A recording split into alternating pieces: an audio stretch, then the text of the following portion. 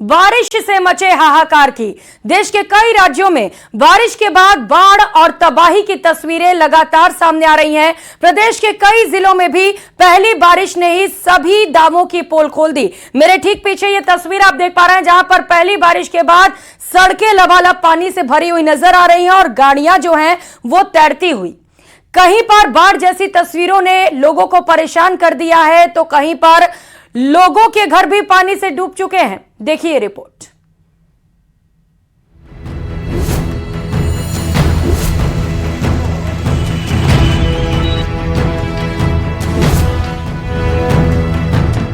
बारिश के बाद बाढ़ ने बढ़ाई परेशानी।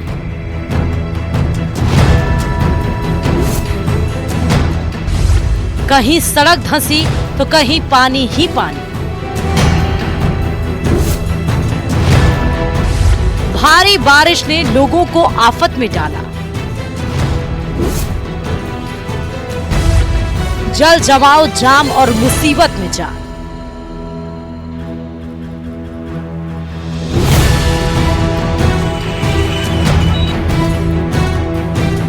ये तस्वीरें शासन प्रशासन पर सवाल खड़े कर रही हैं। ये तस्वीरें उस ठेकेदार से सवाल कर रही हैं जिसने इसको बनाया है। भ्रष्टाचार में डूबी व्यवस्था की ये तस्वीरें पोल खोल रही हैं। लेकिन अपनी जेब गरम करने वाले अधिकारियों का खामियाजा जनता को भुगतना पड़ रहा है। दौसा के सिकराई की ये तस्वीरें भ्रष्टाचार की गाथा लिखने वाले ठेकेदारों की किताब है। बारिश के बाद सिकराई डूंगर से महावर ठाड़ी जाने वाली सड़क ही धंस गई, जिसके कारण छात्रों को भी स्कूल जाने में दिक्कतों का सामना करना पड़ रहा है। जिस जगह पर यह सड़क धंसी है उसके पास ही एक कुआं भी है। ऐसे में लोगों को हादसे का डर भी सता रहा। ये क्या है, रात को लगभग 1-1:30 बजे के लगभग बारिश हुई थी। बारिश होने के कारण ये हमारी रोड धंस चुकी है। और इसमें क्या है कि पहले ठेकेदार ने काम किया था, उनसे बोला था हमने कि हाँ बढ़िया ठीक से बनाना है, और इन्होंने बनाया था। फिर जिसके बाद में नहीं तो कर्मचारियों ने सुना, नहीं अधिकारियों ने सुना, नहीं ठेकेदार ने सुना, मनमानी बना चुके हैं और ये रोड पूरी पानी में धंस चुकी है। धौलपुर के मनिया कस्बे से गुजर रहे नेशनल हाईवे 44 के मांगरोल चौराहे पर तो पानी ही पानी नजर आ रहा है। मामूली सी बारिश के बाद ही पूरा हाईवे पानी में डूब गया। मनिया कस्बे की ये समस्या अभी की नहीं है। नींद से ना जागने वाले अधिकारियों को ये समस्या कई सालों से नहीं दिख रही और जनता को इसका खामियाजा भुगतना पड़ रहा है। थोड़ी सी ही बारिश के बाद यहाँ घुटनों तक पानी भर जाता है, जिससे वाहन चालकों को परेशानी होती है। हाईवे पर बड़े बड़े गहरे गड्ढे होने के कारण कई लोग चोटिल भी हो चुके हैं, लेकिन कई वर्षों से बनी इस समस्या का समाधान अभी तक नहीं हो सका। सरकार बच्चों को स्कूल से जोड़ने और सुविधाओं को लेकर फोकस कर रही है, लेकिन सकानी अपर प्राइमरी स्कूल जाने का रास्ता देखकर ही हर कोई मुंह मोड़ लेता है। सकानी स्कूल के मेन गेट के सामने ही सड़क पर गंदा पानी और कीचड़ फैला हुआ है। हालत यह है कि सड़क के गड्ढे में 1 फीट तक पानी भरा हुआ है, जिसके कारण बच्चों को गंदे पानी और कीचड़ में बड़े पत्थर रखकर स्कूल जाना पड़ता है। वहीं पत्थर से पैर फिसलने पर बड़े हादसे का भी डर सता रहा है। सकानी पंचायत तहसील आसपुर से ये सकानी पंचायत में ये गंदगी कई दिनों से भरी हुई है। ना तो नालियों की व्यवस्था है और ये बरसाती पानी है जो पूर्ण रूप से भरा हुआ है। आज कम से कम 3 से 4 महीने से भरा हुआ है। सिर्फ चुनावी 2 दिन पहले इसको साफ करवाया था, इसके 2 दिन बाद वापस ये स्थिति बन गई है। ये 4 महीनों से पानी भर रहा है, 1 से 1.5 फीट पानी पूरा भर रहा है। यहाँ आम जनता को भी तकलीफ हो रही है और स्कूल में बच्चे जा रहे हैं, इनको भी तकलीफ हो रही है। फिलहाल ये कब सुधरेगा इसका तो पता नहीं, लेकिन इस अव्यवस्था ने एसी के कमरों में बैठकर फाइल पास करने वाले अधिकारियों की पोल जरूर खोलकर रख दी है। शिकायतों के बावजूद इसका कोई समाधान मिलता हुआ दिखाई भी नहीं दे रहा है। Bureau report, news 18 Rajasthan. तो वहीं टोंक की बनास नदी में बहाव तेज होता जा रहा है। पीपलू समेत 200 गांवों का संपर्क जिला मुख्यालय से कट चुका है। यह बड़ी सूचना इस वक्त की आपको बता रहे हैं, जहां पर एकमात्र बनास नदी पर बना गहलोत घाट पर रपटा तेज बहाव में बह जाता है। ऐसे में लोग 70 किलोमीटर चक्कर करके आने के बजाय जान जोखिम में डालकर नदी पार करते हैं। यहां बन रहा हाई लेवल ब्रिज का काम भी बारिश से प्रभावित हो चुका है। ब्रिज का सामान और मशीनरी नदी के दूसरे छोर पर फंस चुकी है। ऐसे में ब्रिज बना रही कंपनी बनास नदी पर वैकल्पिक कच्चा रास्ता तैयार कर रही है, लेकिन जान जोखिम में डालकर नदी पार करना खतरे से खाली नहीं। जिला प्रशासन ने बहाव क्षेत्र में नहीं जाने की अपील की है, लेकिन बंदोबस्त नजर नहीं आ रहे।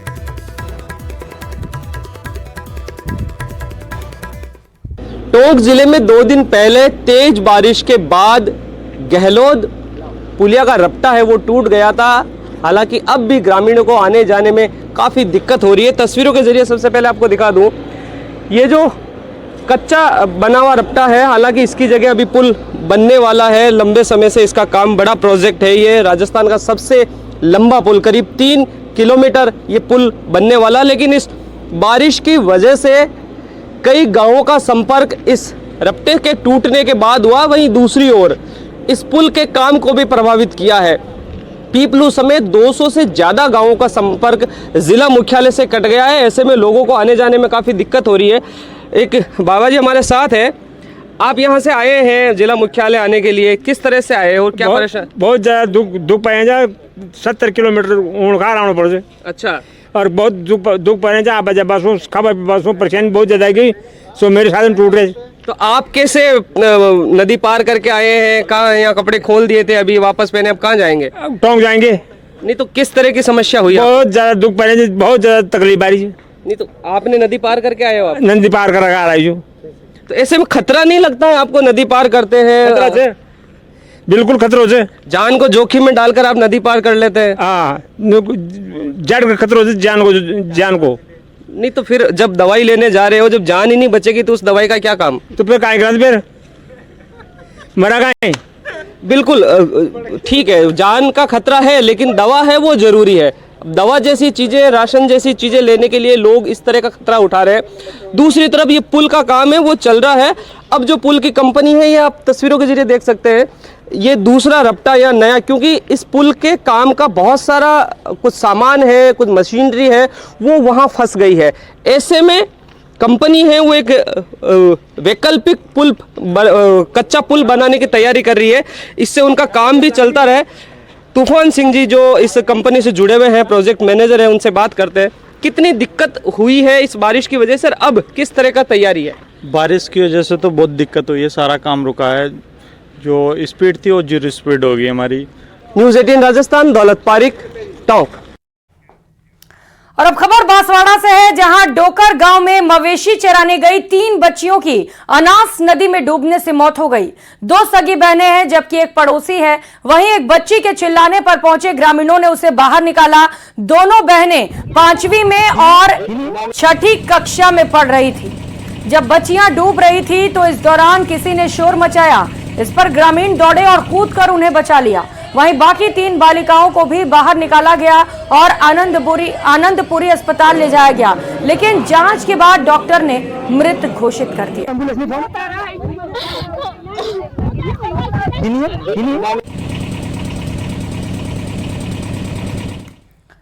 खबरों में आगे बढ़ेंगे। जालोर की पूर्व महिला विधायक के साथ मारपीट की गई। पूर्व विधायक अमृता मेघवाल ने ससुराल पक्ष पर मारपीट और अभद्र व्यवहार करने के आरोप लगाए हैं। देखिए रिपोर्ट।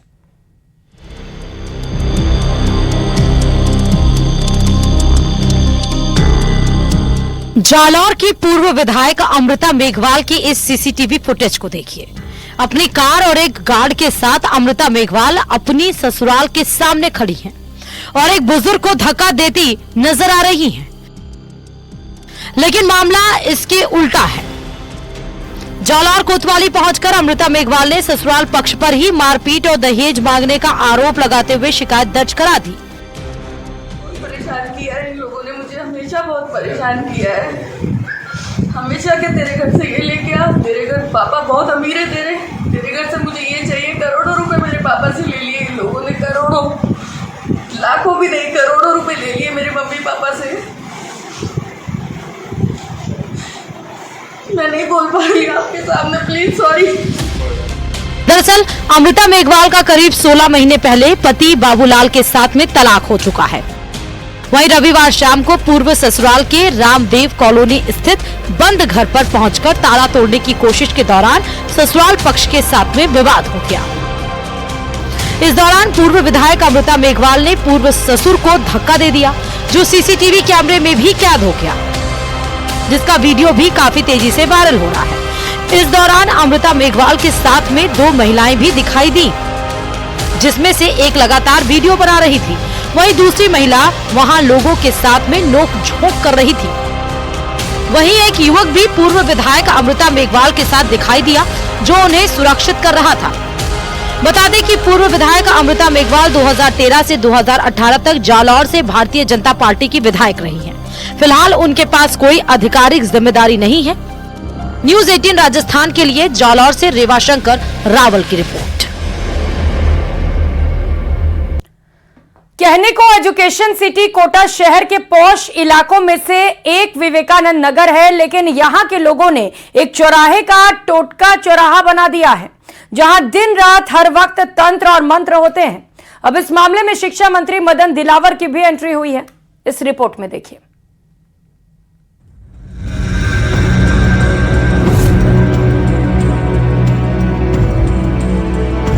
सालों से ये चौराहा टोटके चौराहे के नाम से जाना जा रहा है। देखिए जरा, चौराहे पर ऊंची ऊंची इमारतें, पॉश इलाका, लेकिन यहाँ के लोगों में फैले भ्रम ने इस चौराहे को टोटका चौराहा बना दिया है। लोग यहाँ तंत्र मंत्र करते हैं। लोगों में एक भ्रम फैला है, इस चौराहे पर टोटका करने से उनके घर में फैली बीमारी ठीक हो जाएगी। किसी का काम धंधा नहीं चल रहा है तो काम धंधा चलने लग जाएगा, या फिर घर की कोई और समस्या है तो इस चौराहे पर टोटका करने के बाद ठीक हो जाएगी। कोई यहाँ दीपक जलाता है तो कोई मटके छोड़ कर जाता है, तो कोई अपने यहाँ पर चप्पल तो कोई अपने जूते छोड़कर जाता है। जिसको जो टोटका समझ में आता है वह इस चौराहे पर करता है। टोटका करने से चीजें ठीक हो जाती हैं। कोई ये मानता है कि इस चौराहे पर टोटका करने से उनके घर में बीमारी ठीक हो जाएगी, तो कोई मानता है कि इस चौराहे पर टोटका करने से उनका व्यापार ठीक चलने लग जाएगा। इस तरह का भ्रम फैला है एजुकेशन सिटी कोटा में। कोटा के विवेकानंद नगर इलाके का ये चौराहा, जहां पर आपको चारों तरफ, पहले तो मैं सड़कें दिखाऊंगा कि चारों तरफ आपको ऊंची ऊंची इमारतें नजर आएंगी। इन चौड़ी चौड़ी सड़कों को देख करके आप इस इलाके के बारे में अंदाजा लगा सकते हैं। कोटा के पॉश इलाकों में से एक ये इलाका आता है। चौराहा टोटके चौराहे के नाम से जाना जा रहा है और यहाँ पर कुछ तांत्रिका के तांत्रिक क्रियाएं कर रहे हैं और आसपास के लोग और यहाँ से आने जाने वाले लोग में रात के समय भ्रम भी है और भय भी है। यहाँ पर हर रोज रात को कभी दिए जलते हैं, कभी कुछ हो रहा है, कभी क्या है। कई बार तो लोगों को हड्डियों के टुकड़े भी यहाँ देखने को मिले। अब इस मामले में प्रदेश के शिक्षा मंत्री मदन दिलावर ने विवेकानंद नगर स्थित टोटका चौराहे का नाम आदिवासी नेता बिरसा मुंडे के नाम पर रखने को लेकर केडीए के कमिश्नर डॉक्टर रविंद्र गोस्वामी को पत्र लिखा है। दिलावर ने लिखे पत्र में कहा कि विवेकानंद नगर स्थित इस चौराहे पर आए दिन अवैध गतिविधियों और अंधविश्वास के चलते इसका नाम टोटका चौराहा पड़ गया है। एजुकेशन मिनिस्टर मदन दिलावर ने, शिक्षा मंत्री मदन दिलावर ने केडीए आयोग को पत्र लिखा है और इस चौराहे का नाम बदलने की जो मांग है वो की है। रात में कई सारे लोग आते हैं और ऐसी भ्रम भावना फैला रखी है कि यहाँ पर ऐसा करने से ऐसा होता है और यहाँ पर लोगों के आसपास जो मोहल्ले में रहते हैं इनको डर का वो डर फैला रखा है। यहाँ से लोग निकलने से भी डरते हैं। आपकी क्या इस चौराहे पर ही दुकान है? क्या देखते हैं सर, क्या होता है यहाँ? दिन भर सुबह से इतने लोग आते हैं तो हम जन भी परेशान है, हम भी परेशान है, पब्लिक आने से कतराती है और सबसे बड़ी बात इसमें सर्किल होना जरूरी है क्योंकि ये बहुत बड़ा चौराहा है, सभी तरफ से तेज गति से वाहन आते हैं तो दुर्घटना होने का भी खतरा है। एक तरफ चौराहे का नाम टोटका है और इसको लेकर लोगों में फैला अंधविश्वास। अब शिक्षा मंत्री मदन दिलावर का पत्र जिसमें मांग की जा रही है कि इस चौराहे का नाम बदलकर बिरसा मुंडा चौराहा कर दिया जाए। खैर जो भी हो, अंधविश्वास को हम नकारते ही हैं, लेकिन दिलावर इस भ्रम को मिटाने के साथ आदिवासी समाज में उनके लिए फैले आक्रोश को कम करने की जुगत जरूर लगा रहे हैं। विडंबना देखिए, एजुकेशन सिटी और 21वीं सदी कोटा शहर का सबसे पॉश इलाका और उसमें इस तरह का अंधविश्वास कि लोगों ने भ्रम फैलाते हुए एक चौराहे को कोर्ट का चौराया बना दिया। हिमांशु मित्तल, न्यूज 18। और फिलहाल यहाँ वक्त चला एक छोटे से ब्रेक का। ब्रेक के बाद आप सभी का बहुत स्वागत है। और अब बात उम्मीदों के बजट की। भजनलाल सरकार 10 जुलाई को अपना पहला पूर्ण बजट पेश करने वाली है। बजट से प्रदेश की महिलाओं को बड़ी उम्मीदें हैं। उदयपुर की महिलाओं से बजट की आशाओं को लेकर न्यूज 18 संवाददाता कपिल श्रीमाली ने बातचीत की। सुनिए क्या है उनकी उम्मीदें। सरकार का बजट आने वाला है। ऐसे में इस आम बजट से हर वर्ग के लोगों को खासी उम्मीदें हैं, खासतौर से महिलाओं को काफी उम्मीदें हैं। और इस समय हमारे साथ में उदयपुर की हर वर्ग से जुड़ी हुई महिलाएं मौजूद है और उनसे हम बात करेंगे कि राजस्थान सरकार के बजट से वो क्या उम्मीद करती है। किस तरह की उम्मीद है आपको बजट से? महिलाओं को बहुत उम्मीद है बजट से। हम चाह रहे हैं कि जो लघु उद्योग है वो महिलाओं के लिए और खासकर जो 12th पास आउट जो लड़कियां हैं गर्ल्स, उनके लिए स्किल डेवलपमेंट के काफी कार्यक्रम आए बजट में, ताकि वे अपना घर पे लघु उद्योग चालू कर सकें। बजट में हमारी जो गृहिणियां हैं उनमें इतनी क्वालिफिकेशन है कि वो अपने घर बैठ के काफी चीजें बनाती है, तो उनके लिए ऐसा प्लेटफॉर्म होना चाहिए रिजनेबल रेट पे उनका, ताकि उनका जो सामान है वो बनाए और उनका निकल जाए और उनको उससे आय भी मिले। जैसे कई गृहिणियां घर पे अच्छी बड़ी चावड़ी पापड़ जो भी मतलब आइटम है सिलाई बुनाई के भी करती है, तो उनको कुछ इनकम मिले, ऐसा कोई प्लेटफॉर्म देवे सरकार। आप बताइए। मैं चाहती हूँ कि मैं इनोवेल क्लब की प्रेसिडेंट चंद्रकला कोठारी कि आज की महिलाएं ज्यादातर हाउसवाइफ हैं और वो ये चाहती हैं कि जैसे उनके जरूरत के सामान एकदम रिजनेबल रेट पर मिले, जिससे कि उनका बजट बराबर सही रहे उनका। वाकई महंगाई बड़ा इश्यू है और हर वक्त में हम बचपन से अभी तक देखते आ रहे हैं कि जब भी वक्त हुआ यही कहा गया है कि कमर तोड़ महंगाई है। और ये बढ़ना माना कि कुछ सिचुएशंस हैं जो चलती हैं, पर भी हर बार के हिसाब से सबसे पहले महिलाओं का बजट गड़बड़ाता है जब कभी भी महंगाई बढ़ती है।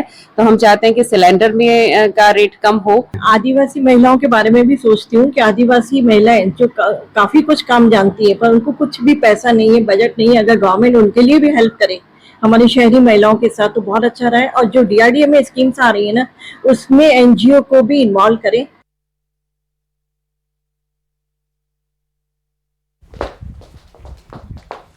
सीकर से इस बीच बड़ी खबर है। बजट को लेकर डोटासरा का बयान सामने आया। बजट को लेकर PCC चीफ गोविंद सिंह डोटासरा ने कहा, हमारी घोषणाओं का बजट जारी करे सरकार।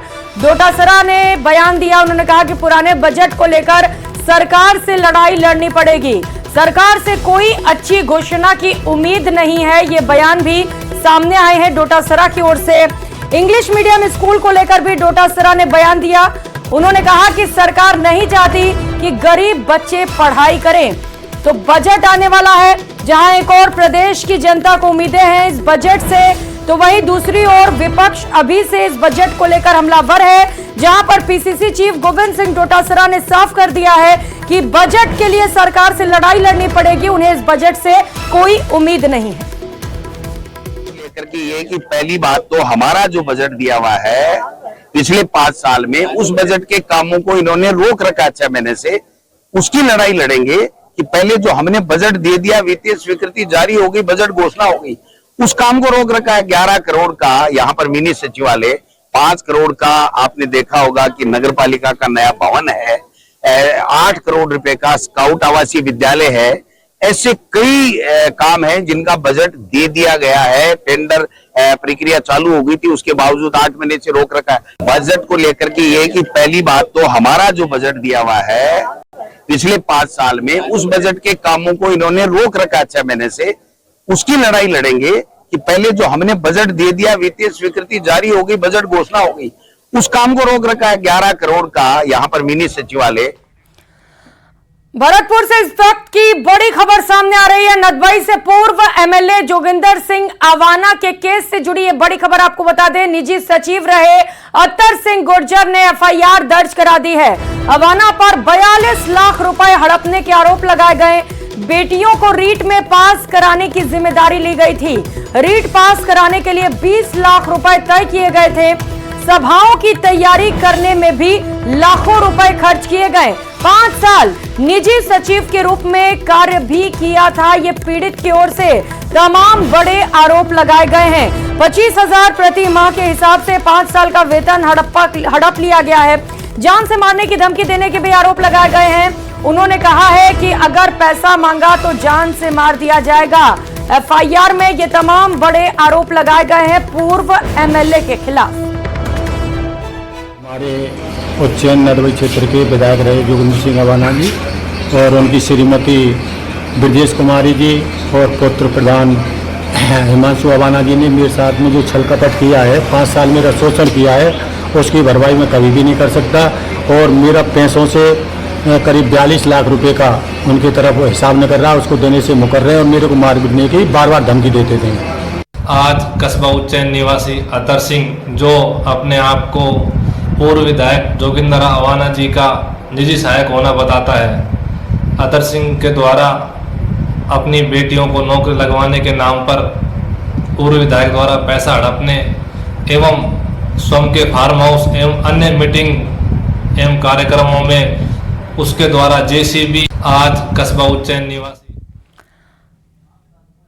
और अतर सिंह जो खुद को पीड़ित बता रहे हैं, वो इस वक्त हमारे साथ फोन लाइन पर जुड़ चुके हैं। स्वागत है आपका अतर सिंह जी न्यूज 18 पर। क्या समस्या है? नमस्ते नमस्ते मैडम। मैडम जी, मैं करीब 5-6 साल से पीड़ित हूँ। जोगिंदर सिंह अवाना जी थे, उनका मैं निजी सहायक के कर्मचारी के रूप में उनके 5 साल काम किया है। यहाँ जितनी भी मीटिंगें होती थी, सारी मीटिंगें मेरे द्वारा मेरे निजी खर्चे से होती थी। मुझको प्रलोभन दिया जाता था बहुत बुरी तरीका से कि तेरे लिए ये कर दूंगा, मेरे बेटे का कसम खा रहा हूँ, वो कर दूंगा। लेकिन आज तक अवाना जी ने मेरे लिए कुछ नहीं किया। कम से कम 40 लाख रुपए से मेरे को प्रताड़ित कर रखा है और मतलब मैं फुटपाथ की तगार पे हूँ आज के टाइम में। लेकिन बेटियों को पास कराने के लिए अगर वो रिश्वत ले रहे हैं तो आप दे देंगे क्या? नहीं सर, मैंने दिए 10 लाख रुपए उनको दिए। मेरे से कहा था वैभव गहलोत जी आ रहे, वैभव गहलोत जी से मेरे अच्छे संबंध है और आपकी बेटी को रीट में पास करा के नहीं, मैं आपको बेटी को नौकरी लगवा दूंगा, अच्छे संबंध हो जाएंगे, बेटियों के बढ़िया लड़का मिल जाएगा। तो मैंने जैसे तैसे इधर से करके 10 लाख रुपए दिए और 10 लाख रुपए दोनों के आज तक ना तो बेटियां ही पास हुई ना बेटी नौकरी लगी मेरी। और 10 लाख रुपए जब मांगता हूँ तो पिटाड़ करते, मारने की धमकी देते हैं अवाना जी। तो अब क्या कार्रवाई चाहते हैं पूर्व एमएलए के खिलाफ? मैं न्याय की गुहार लगाता हूं आपके माध्यम से, आपकी मीडिया के माध्यम से मेरे साथ में न्याय हो और अगर ये अपराधी है इनके साथ में कठोर कार्रवाई की जाए। कोशिश तो की होगी आपने जोगिंदर सिंह जी से बातचीत करने की, वो क्या कह रहे हैं? पैसे नहीं लौटाएंगे वो? बिल्कुल किए, बार बार किए, आश्वासन देते रहिए, आश्वासन पर आश्वासन देते रहिए। लास्ट में बोला कि मैं चुनाव हार गया, माधव जो तेरी वजह से चुनाव हारा हूं, इसलिए तेरे कोई पैसे नहीं दूंगा। देखिए, अब शब्दों का इस्तेमाल मत करिए अतर सिंह जी, आप जिम्मेदार न्यूज चैनल पर जुड़े